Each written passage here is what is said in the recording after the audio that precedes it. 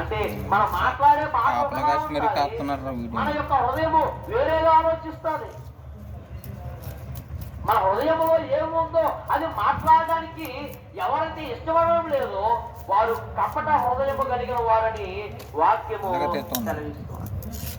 అటువంటి కపట హృదయము కలిగిన వారు దేవునికి హేయులనే విషయాన్ని రెండవదిగా నేను మీకు జ్ఞాపకం చేస్తూ ఉన్నా.